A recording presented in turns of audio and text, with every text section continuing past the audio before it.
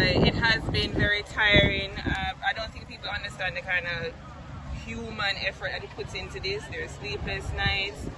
There's a whole lot that goes into preparation. You've heard that there were multiple volumes of documents that were served, and lots of work would have gone into preparing those documents for today.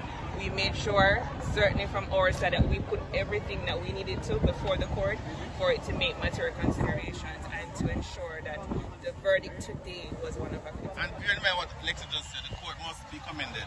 But you have to bear in mind, the court had to go through almost 10 volumes, and the court did it in record time. It is not typical, bear in mind, the short resources that our judges have, that they can return judgments within a time that they like. And ultimately in this case, they work overtime. You hear the judges thanking specifically the judicial clerks for ensuring that they could meet the timeline that they gave to the public, and we're very grateful for that. But out of all of this, I don't think that if you ask any of the appellants that they will say that they got justice. Because from day one, they profess their innocence. And at the end of the day, you have, after almost 13 years, we're just going home without the merits of the case actually being decided. So for the appellants, it is regrettable that this is how this matter has to end.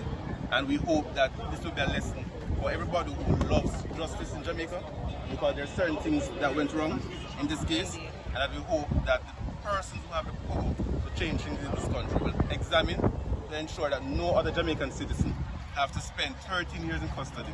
And after 13 years, there's nothing that nobody can do to give back Kartel, to give back Sean Storm, or to give back any of the appellants the missing 13 years out of their life.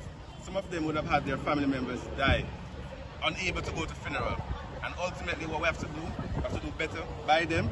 We also have to do better by victims of crime who themselves today may be looking at this thing and say this is not justice.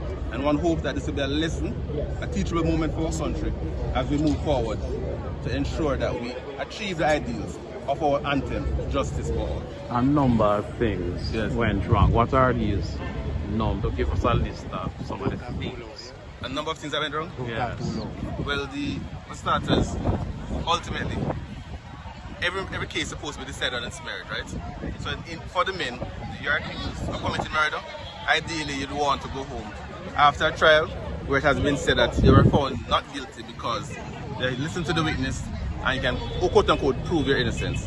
For these men, they'll never have the right to have the case decided on its merit because of how things take place, how long it took place in the justice system, and that's what we were referring to by things going wrong. The justice system was unable to deliver justice both for the accused men and to deliver justice for the victim.